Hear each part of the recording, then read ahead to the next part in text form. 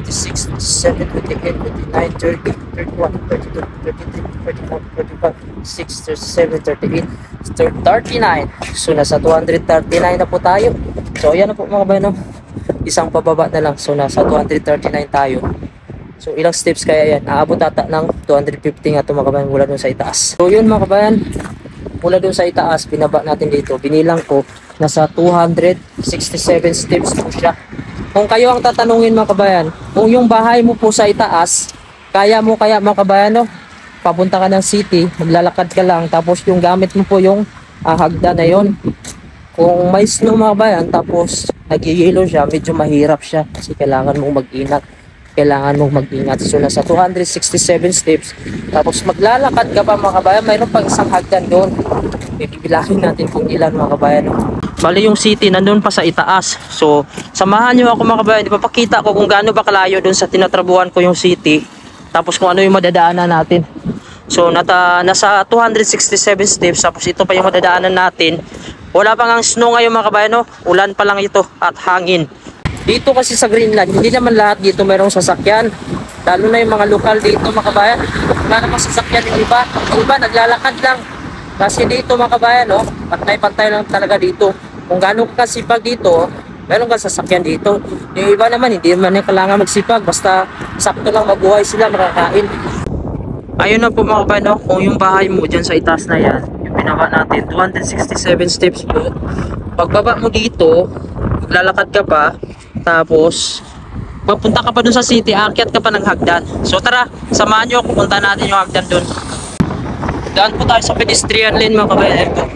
Tingnan yung mga sasakyan, no? Puminto sila. Ayan. So ganito dito sa Greenland, kapag nadaan ka ng pedestrian lane, automatic ka, iintuan ka nila. So ito mga kabayan, aakyatin pa natin. So magkano yung kanina mga kabayan? 267 steps. Ito na yung pinakamahaba, matarik. Ito yung pinakamatarik na hagdan. Ayan mga kabayan, nandito na po tayo. Mula po doon sa baba, naka 32 steps na po. So akyatin natin kung ilang steps to mula doon sa itaas. So 32 yung nadagdag mga kabayan. Matarik lang ito. Hindi naman siya mahaba na hagdan.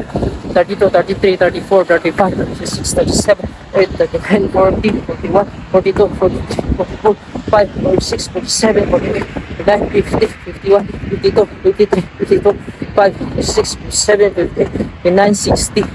Yan, 60 steps mga kabayan mula sa ibaba. Yun po yung dagdag ngayon. So medyo malapit na tayo. Yun po sa likod natin, dahil po nagdaan papunta ng city. So 85 steps mo mga kabayan, no? Yung nadagdag. So nandito na po tayo. Medyo madilim dito ngayon mga kabayan. Kasi yung cellphone na gamit ko ngayon, yun po yung isang cellphone.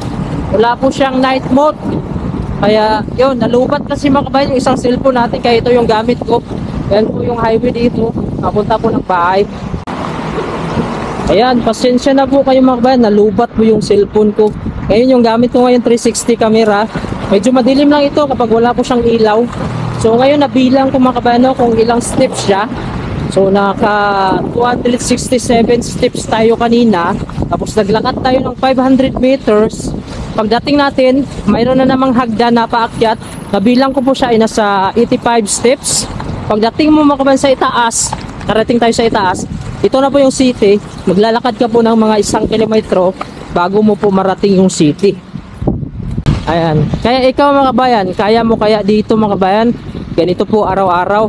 Maglalakad ka po ng nasa 2 kilometers, tapos nasa 267 steps, tapos may plus 85 steps bago mo po marating itong Nook City, Greenland. So kaya mo kaya mga kabayan, lalo na kapag malamig.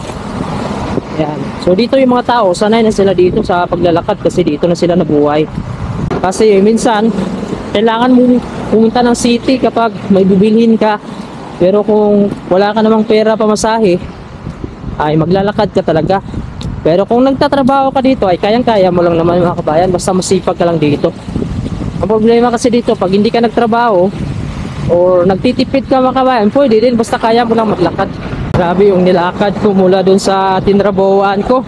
Natagalan kasi tayo kasi nagbablog tayo mga kabayan, no?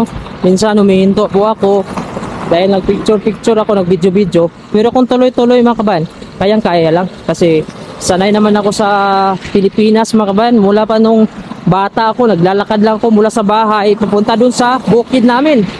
Pagdating ko naman dun sa bukid namin, ayan, magdadamo pa ako niyan. Tapos pagod pa pagkahapon, uwi na naman ng bahay, maglalakad pa rin kasi wala kaming service dati. Swerte na lang kung magkaroon kami ng kalabaw. Kaso napakamahal naman ng kalabaw dati, hindi namin afford. Yun sana yung service namin. Pero mabagal kasi yung kalabaw. Gusto ko dati yung service yung kabayo. Problema, wala kaming pangbili. Sakto lang kasi yung kinikita ng papa ko. Kaya yung ginagawa namin, nagdadamo kami doon sa mga palayan, maisa ng mga kakilala namin na mayayaman. Tapos binibigyan lang kami ng pera ng suhol, arawan. Kaya yun ang mga napagdaanan natin. Bakit tayo nagsikap sa buhay, no? Kaya normal lang yan. Kaya ako mga kabayan, sanay ako dito maglakad. Kasi mataas yung resistensya ko mula pa nung bata. Pagdating ko naman ng college dati, lakad lang din para makatipid sa pamasahe. Kasi yung ipamasahe ko, yun na yung igagastusin ko pang allowance na lang. Hindi na ako sasakay. Kaya ako mga kabayan, ay talagang matyaga talaga ako mula nung bata ako. Nag-aral ako kasi nasasayangan ako sa pera. Kung pwede lang naman na maglakad ka, bakit mo pa ibabayad dun sa tricycle, no? Okay lang yan kung may pera talaga. May pera yung magulang ko. Yan. So, yung nadadaan natin, medyo maputik siya. Pero snow siya mga kabayan, naputik. Kasi hindi siya tumitigas dahil sa warm nga kaya dito sa gitna. Ayun, hindi pa tayo nakarating ng bahay mga kabayan. Estimate ko siguro nasa 40 minutes na tayo naglalakad. Kasi matagal kasi mga kabayan kapag vlogger ka tapos mayroon kang makitang view, magpipicture ka, videohan mo, kunan mo. So normal lang yan sa vlogger. At saka ako, sanay naman ako mga kabayan maglakad. Nandito na po tayo sa bahay mga kabayan, no? Grabe yung paglalakad natin. Siguro inabot din tayo ng 1 oras sa paglalakad. So okay lang mga kabayan, sanay po tayo sa paglalakad. So hanggang dito na lang po. Huwag nyo naman po kalimutan i-follow yung ating Facebook page. Maraming salamat. God bless you all po.